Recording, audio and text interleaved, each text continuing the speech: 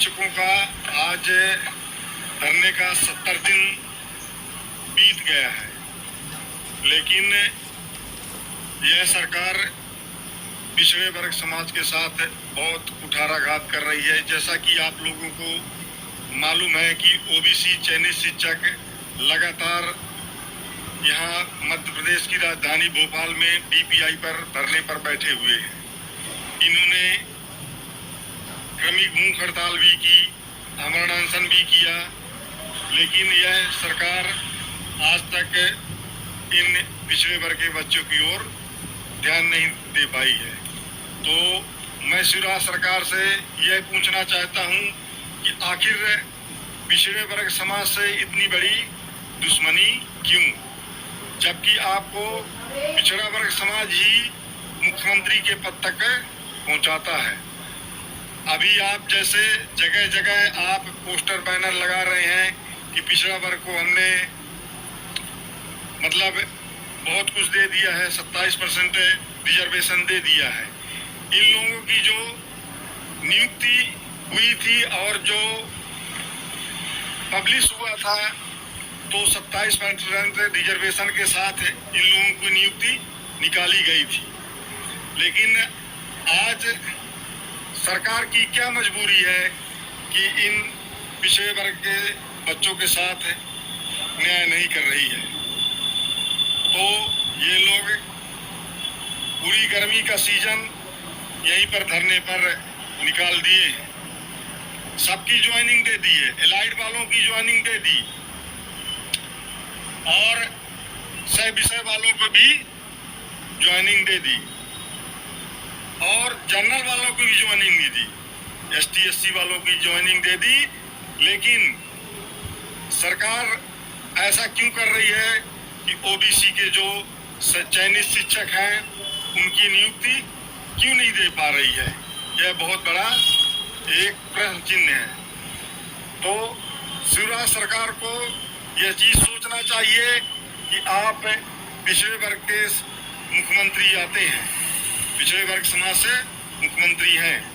अगर आप पिछड़ा वर्ग हितैषी हैं तो इन बच्चों की ज्वाइनिंग आप तत्काल दीजिए। आखिर ये लोग कब तक इस प्रकार बैठे रहेंगे?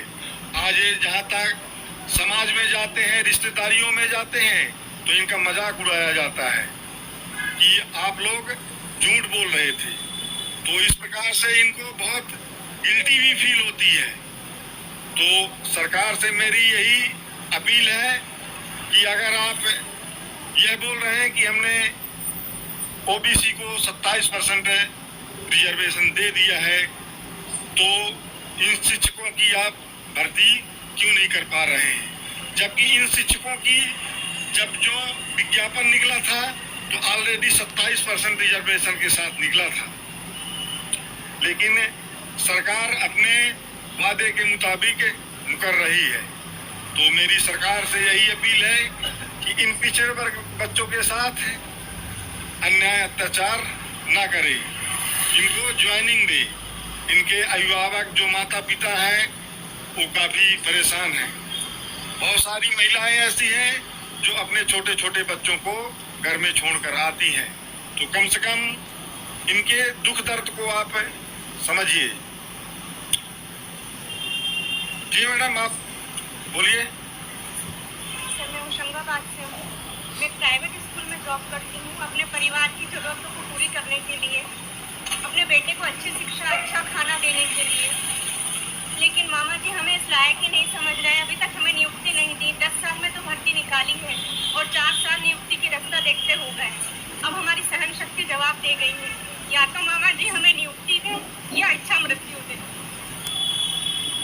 तो आप खुद सोचिए कि ये लोग बहुत दूर दूर से आई हैं और यहाँ पर लगातार 70 दिन से इस 45 डिग्री के टेम्परेचर में इन्होंने अपना आंदोलन चलाया है।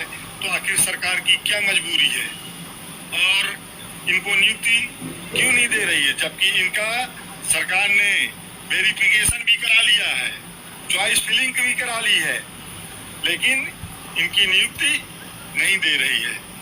तो शिवराज सरकार से मेरी अपील है कि अगर आप ओबीसी हितैषी है और ओबीसी हितैषी बनने की कोशिश कर रहे हैं तो ओबीसी के साथ आप न्याय भी कीजिए, नहीं तो अब हम लोगों का जो सब्र है बहुत टूट रहा है। ऐसा न हो कि कोई अनहोनी हो जाए जिसकी जवाबदारी सरकार की रहेगी।